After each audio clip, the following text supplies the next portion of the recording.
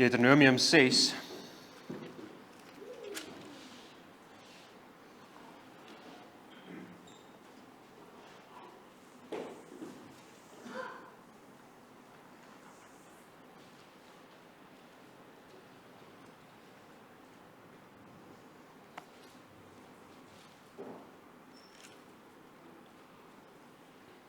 Ons lees vers 1 tot by vers 6.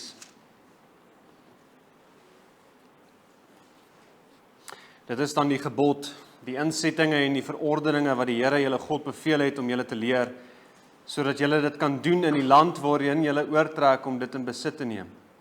Dat jy die Here jou God kan vrees om al sy insettinge en sy gebooie wat ek jou beveel te hou, jy en jou kind en jou kindskind al die dae van jou lewe, en dat jou dae verleng kan word. Hoor dan, Israel, en onderhou dit sorgvuldig, dat dit met jou goed kan gaan, dat jy baie kan vermenigvuldig, soos die Here, die God van jou vaders jou beloof het, 'n land wat oorloop van melk en honing. Hoor, Israel, die Here onse God is 'n enige Here. Daarom moet jy die Here jou God lief hê met jou hele hart en met jou hele siel en met al jou krag. En hierdie woorde wat ek jou vandag beveel, moet in jou hart wees. En tot daar, ons gaan fokus op daai vers 4. Hoor Israel, die Here onse God is 'n enige Here.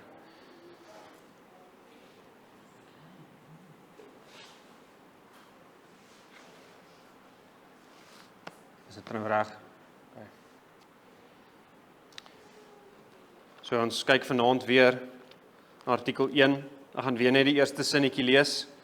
Artikel 1 van die NGB. Ons glo almal met die hart en bely met die mond dat daar 'n enige en enkelvoudige geestelike wese is wat ons God noem. Kyk ook na die opskrifie van die artikel, die enige God.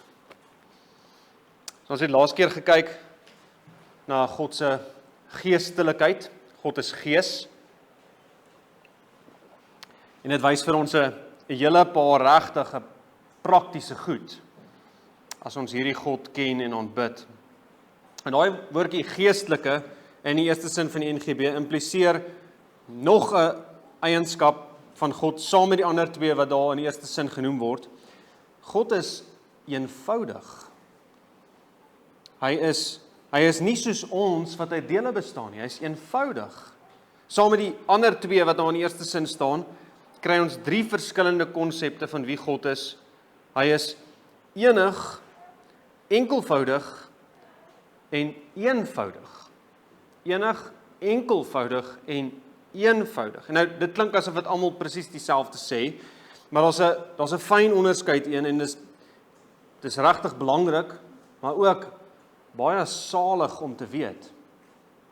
Dit is baie goed om dit te weet. Net om die diepte en die heerlikheid van die Here te sien. NGB het nie maar net verskillende woorde gebruik om eintlik maar net dieselfde te sê nie.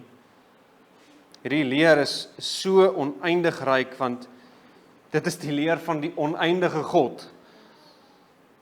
As ons meer en meer in hierdie artikel ingaan, moet ons elke keer kan sê, hoe goed is dit nie om hierdie God te ken nie. So, NGB se opskrif is, ons gaan na hierdie 3 kyk, enig, enkelvoudig en eenvoudig. Ons begin met enig. NGB se opskrif is ook die enige God. Dis ook die eerste eienskap van God wat genoem word in die lysie. Dit is dus nogal 'n belangrike een om te verstaan. So wat beteken dit? Al die woorde kom direk uit wat ons nou gelees het, Deuteronomium 6 vers 4. Hoor Israel, die Here onse God is 'n enige Here. Die Engels vertaal dit met one of een. Die Here is een. Ander Afrikaanse vertalings doen baie dieselfde. Bly net by die woordjie een. En natuurlik, dit sluit die woord een in, en ons gaan nou daarby uitkom, maar tog is daar iets meer in hierdie woordjie as net dat God een God is. Dit sê, hy is alleen God. Daar is geen een soos hy nie en daar's geen ander een naas hom nie. Soos ons net gesing het. Psalm 45 vers 5. Ek is die Here en daar is geen ander nie en buiten my is daar geen God nie. In 'n tyd van relatiewe waarheid is hierdie regtig so nodig. Ons glo in 'n enige God. Hy alleen is God. Die kerk van die Here moet hierdie hardop bly verkondig. Daar is nie baie paaie nie. Daar is nie jou God en my God nie. Daar is net God. Jesus sê, ek is die weg, die waarheid en die lewe. Niemand kom na die Vader behalwe deur my nie. Daar is nie baie weë nie. Daar's een God en een middelaar tussen die een God en die mense, die mens Christus Jesus. Net een God. Hy staan langs geen ander nie. Hy het geen mededinger nie. Hy is een nie in die sin dat 'n ander twee is nie, want hy kan nie getel word nie, want hy is die enigste een wat is. Dit beteken ook, ons kan nie van God praat as net die hoogste of beste in die string wesens wat daar is nie. Hy is nie net nommer 1 nie, die beste nie. Hy is totaal en al anders as sy skepping. So, as ons aan die een kant, party ouens in die geskiedenis het dit gedoen, aan die een kant het ons lewelose dinge, so ons sit klippe hier, en dan dalk meer ingewikkelde wesens, en dan kan ons dalk plante sit, en dan meer ingewikkelde diere, dalk begin ons by visse en by voëls, en dan gaan ons bietjie meer ingewikkelde diere, uiteindelik die mens, en dan engele, en dan heel aan die ander kant kry ons God. So op hierdie string van wese is God die beste. Hy is nommer 1. Nee, hy is enig. Hy is nie vergelykbaar met sy skepping nie. Hy is nie net nommer 1 van baie nie, hy is net een, hy en hy alleen. En ons by baie, selfs by Christene, die idee dat God al ons eienskappe is net perfek.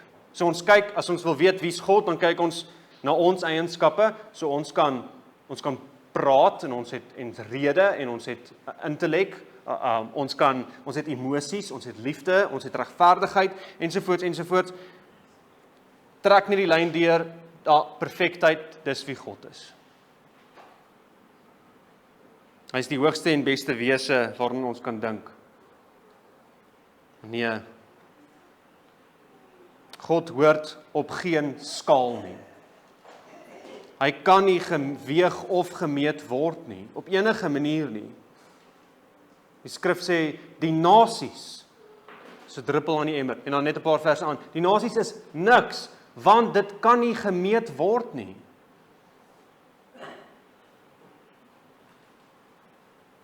God kan nie gemeet word met die nasies aan die een kant van die skaal en God aan die ander kant nie. Hy kan nie op 'n skaal kom nie. En dit is natuurlik ook 'n logiese gevolgtrekking waarby ons laaste week stil gestaan het, hy is gees, hy is nie materieel nie, so hy is nie meetbaar nie.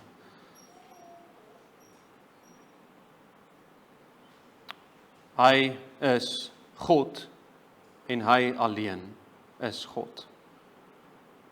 Beteken ook dat daar geen ander werklikheid is as net die werklikheid van God nie. Daar's geen ander een in wie ons is en beweeg en van wie ons kan wees nie. Daar's geen ander feite behalwe die feite wat God werklikheid maak nie. Alles wat is net omdat God is. Maar ons gaan weer in 'n ander volmaaktheid van God in. Sal by 'n volgende geleentheid daarby uitkom. So, eerstens, God is enig, hy is alleen en uniek God. Hy alleen. Daar's geen een soos hy nie. En daarom is die daarom, jy moet die Here jou God lief hê met jou hele hart en met jou hele siel, met al jou krag, want hy is die enigste God. Daar's geen ander een nie.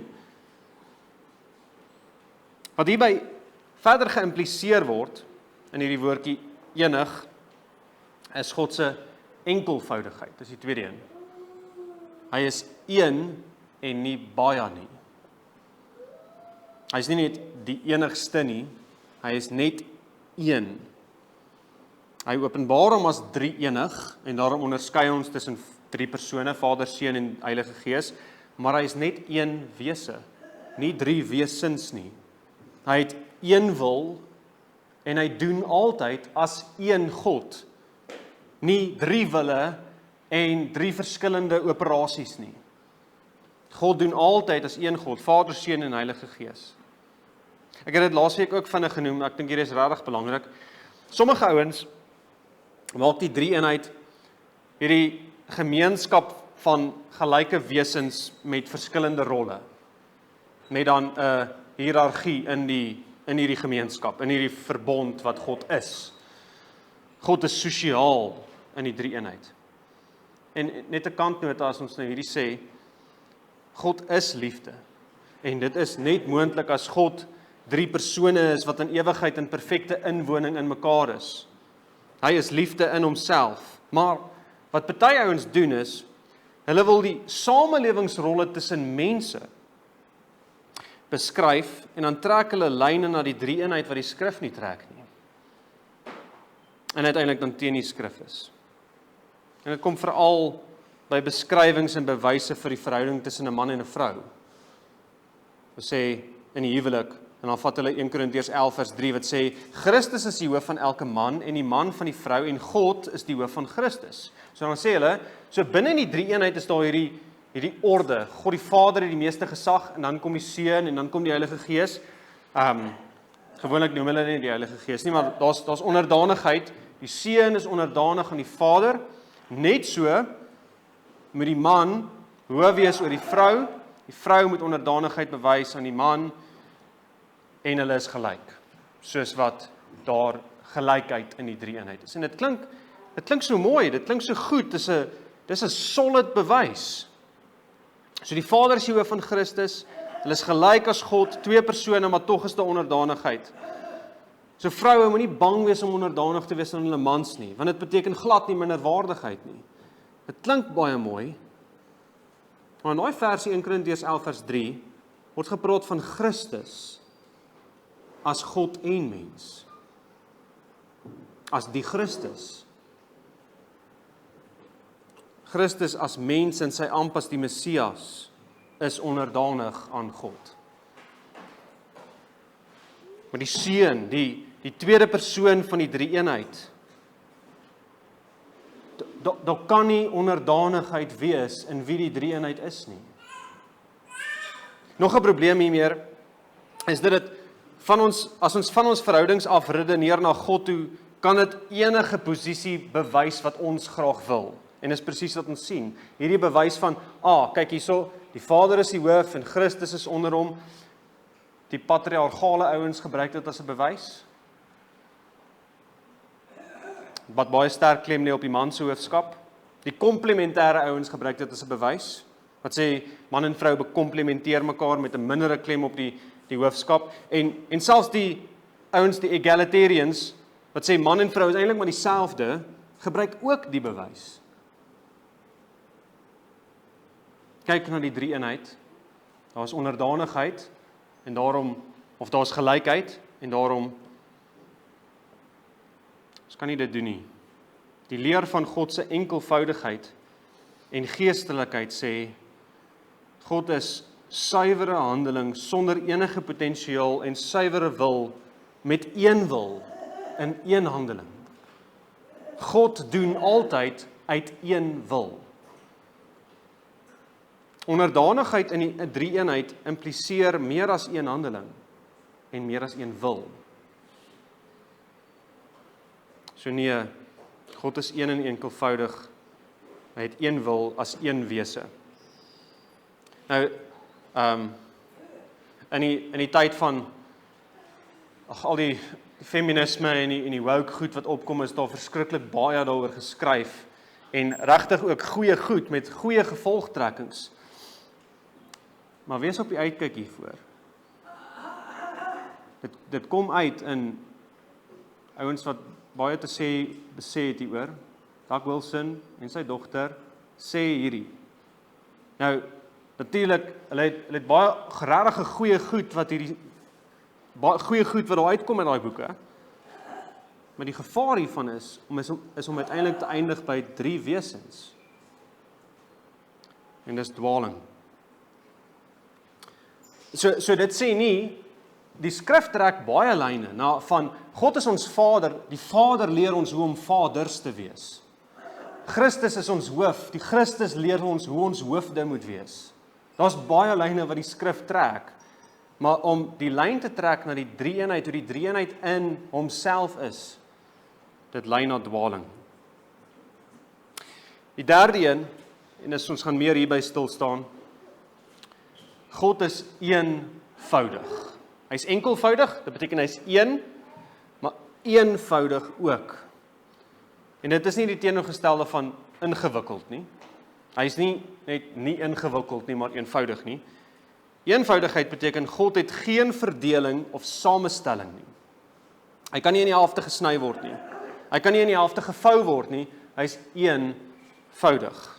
En is natuurlik ook die logiese gevolgtrekking uit wat ons laasweek gedoen het. God is gees. Hy kan nie gevou word nie, want hy is nie materieel nie. Hy is eenvoudig. So jy kan nie een eienskap uithaal en 'n ander een terugsit nie. Hy is nie die samestelling van al die eienskappe in die NGB artikel 1 nie. So dis nie hierdie sirkeldiagram, pie chart en dan is daar hierdie pizza slices van God se eienskappe nie. Hy is al sy eienskappe altyd en tegelyk. Hy is wat hy is. Hy bestaan nie uit dele wat minder is as hy self nie. So sy liefde is nie 'n derde en sy geregtigheid 'n vyfde en sy ewigheid 'n 12de nie. God is geheel en al genade. En hy's geheel en al toornig, en hy's geheel en al lig, en hy's geheel en al goed en die alleroorvloedigste fontein van alles wat goed is. Geheel en al sy volmaaktheden of eienskappe is perfek wie hy is. Hy kan nie verander nie, want geen eienskap kan beter word nie, want dit is wat hy is. Maar meer daaroor op die volgende keer oor sy onveranderlikheid. Dis hoekom ons in die skrif dan hierdie stellings kry wat van wie God is en hy is almal tegelyk, hy is wat hy is liefde, hy is lig, hy is gees ensovoorts. En dit is wat hy is. Dis nie hy het liefde en hy het lig en hy het krag en hy het wysheid nie. Hy is. En alhoewel ons siele ook geestelik is ons siele, ons kan ook nie ons siele in die helfte sny nie. Jy kan nie 2 halwes van 'n siel kry nie, want 'n siel is nie materieel nie. Maar ons siele is nie so eenvoudig soos wat God eenvoudig is nie. Ons siele het eienskappe of kwaliteite wat minder of meer kan wees. Iemand se karakter kan meer wys of minder liefdevol wees. En dis ook eienskappe wat nie deel is van ons essensie van ons siele nie. Maar God is eenvoudig wat hy is in al sy eienskappe. Ons praat baie maal asof God en sy eienskappe geskei kan word. God het liefde en hy het baie mag en is weer eens dieselfde as om hom op hierdie string van wese te sit. Hy is maar net die beste, hy het die meeste liefde. Of hy het die meeste krag. Maar God is eintlik soos ons. Partykeer is ons liefdevol teenoor ons kinders en partykeer is ons ongeduldig teenoor ons kinders. Partykeer is ons sterk en partykeer is ons swak. God is maar net die sterkste een of die een met die meeste liefde. God se eienskappe is in 'n groot boekrak soos ek vanoggend gesê het en elke dag dan kies hy watter een hy uithaal. Dis die God van die moslems. En dit beteken jy het absoluut geen sekerheid nie. Want omdat die God van die moslems net een persoon is sy liefde ook iets wat bygekom het toe hy die wêreld gemaak het. Allah is nie liefde nie. Hy is nie eenvoudig daarom nie. Sy liefde het bygekom, soos 'n boek wat in die boekrak is. En daarom is sy liefde so aangeplak aan sy wese, dat dit altyd voorwaardelik is en jy het geen sekerheid oor of hy vir jou lief gaan wees of nie. Al sy eienskappe is dan ook so, en hoe aaklig is dit nie? Uiteindelik, so 'n God kook af tot regtig net niks uit. Hy raak afhanklik van sy eienskappe buite homself. Die enige God is nie so nie. Augustinus sê die volgende: God kan nie een van die eienskappe wat hy het verloor nie, want daar is geen verskil tussen wat hy is en wat hy het nie. Jy kry byvoorbeeld 'n beker en water, 'n liggaam en sy kleur, die atmosfeer en die hitte daarin, 'n siel en sy wysheid. Niks van dit is wat dit bevat nie. Maar God is nie so nie. Hy is die enige en eenvoudige, hy is wat hy het. En hy het wat hy is. Dis om hierdie rede dat sommige verkies om nie te praat van God se eienskappe nie, maar van God se deugde, of sy perfekthede, of sy volmaaktheden. Dit beteken, alhoewel ons God se eienskappe kan onderskei, soos ons nou doen in die NGB, artikel 1, is al sy volmaaktheden altyd besig om die ander te kwalifiseer. Ons kan dit nooit in isolasie hanteer nie. Want hy is een God. Sy krag is ewige krag en liefdevolle krag. En sy liefde is regverdige liefde. En sy heiligheid is regverdige heiligheid en ewige heiligheid.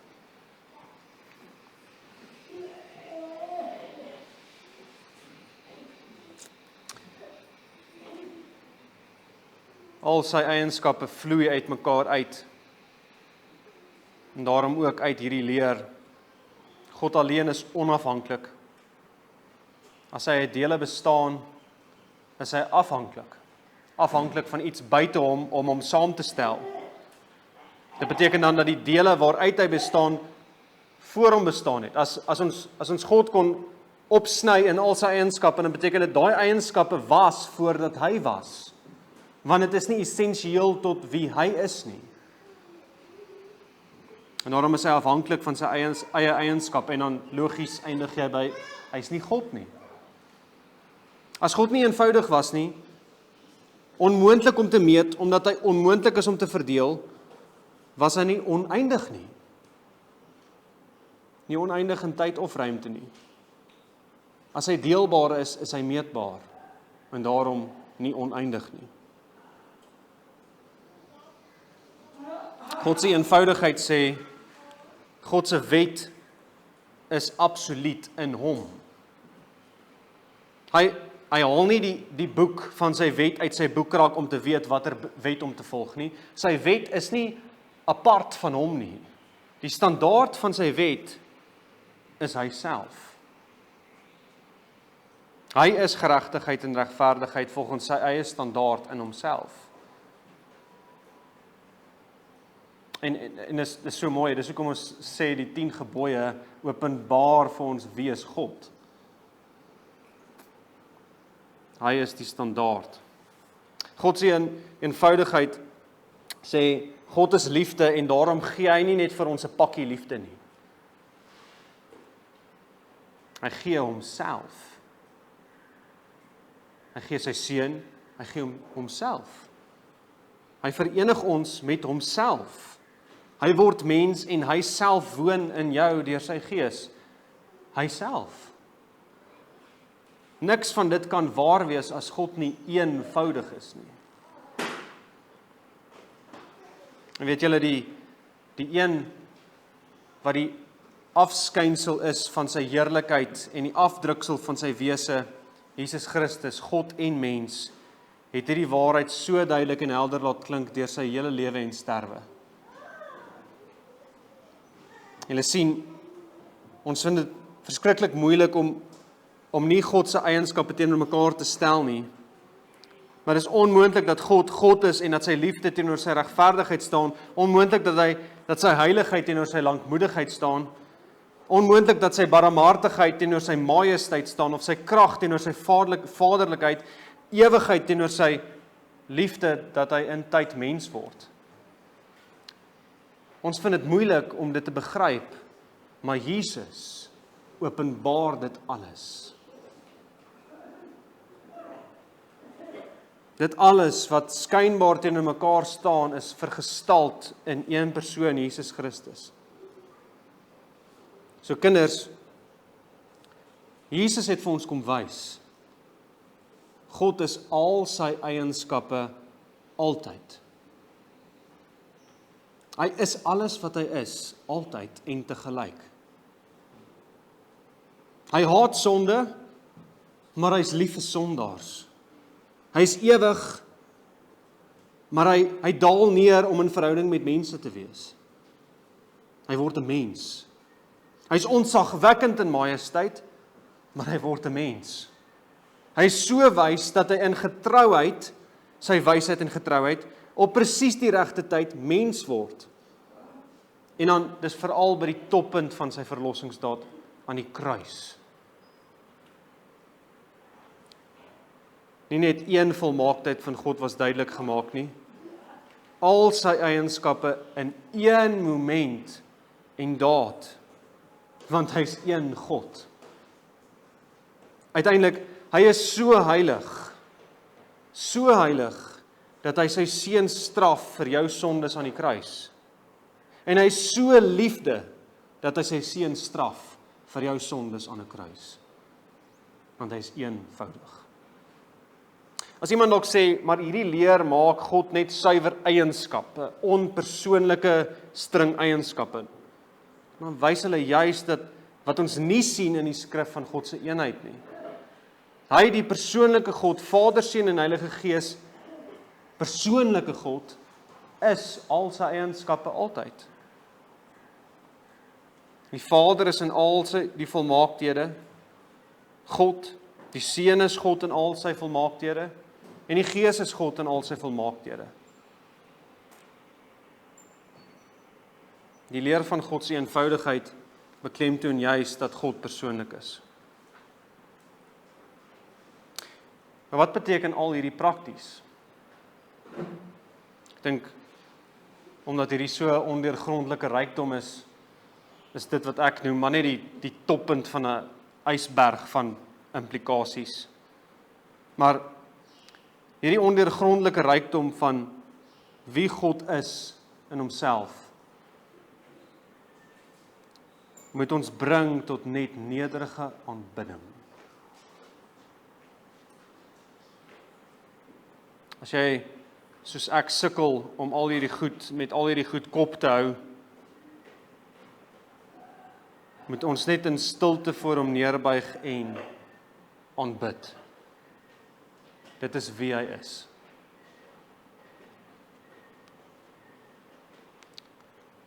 Net voor hom, U, o Here, is wie U is.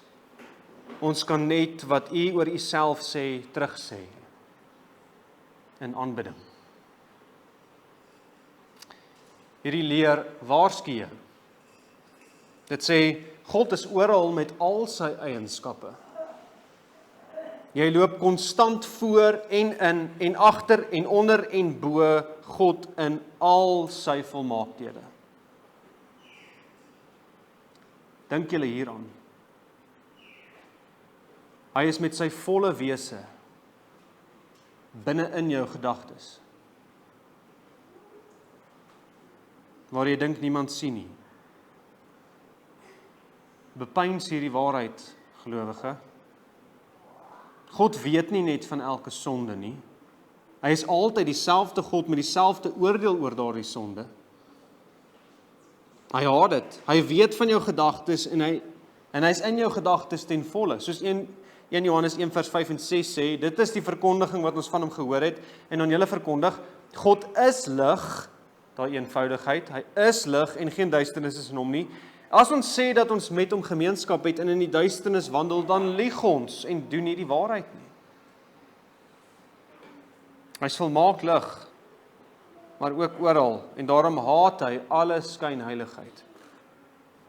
Hy sien jou, deur en deur. Hierdie leer is ook geweldig troosvol. God is altyd en oral in alles wat hy is, en daarom ook in die seer. Hy kyk en ken jou geheel en al in die swartste en swaarste ellende in sy volle wese. Die God van oordeel en heiligheid is regtig daar waar sy kinders vervolg word. Die God van lankmoedigheid is ten volle daar waar jy worstel met jou sondes. Die God van oneindigheid is ten volle daar waar jou probleme oneindig voel. Die God wat alles weet van jou pyn is ook die God wat alwys is. En daarom vir jou wysheid kan gee. Weereens, bepeins hierdie waarheid. Hierdie leer gee hoop. Ons kan vaste hoop op die toekoms hê, want God is nie een oomblik meer liefde en regverdigheid as 'n ander oomblik nie. Hy is daarom die getroue God in al sy beloftes, want hy is wat hy is. Hy is gister en vandag en môre dieselfde in al sy eienskappe tot in ewigheid. Jy kan waarlik verseker wees van God se liefde vir jou, al val jy dan in sonde. Want God verander nie, want hy is wat hy is.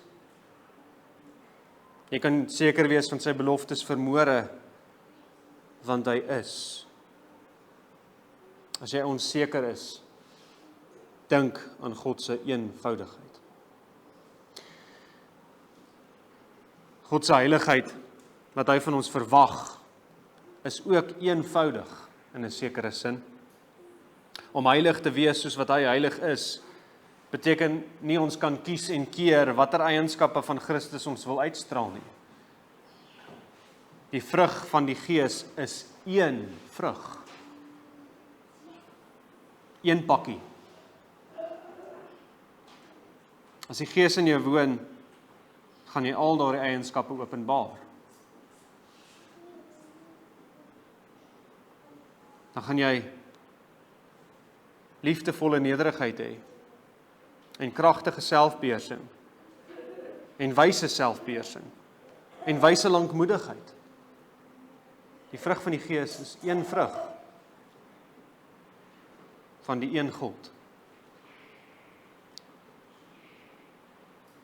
So God is enig, enkelvoudig en eenvoudig. Daar's niemand soos hy nie. Hy is een en enkel, en hy kan nie gedeel of saamgestel word nie. Is dit nie net so ryk nie? Mag die Here hierdie volmaaktheid van homself in ons gedagtes vasbrand, sodat ons dit meer en meer kan bepeins en toepas. Amen.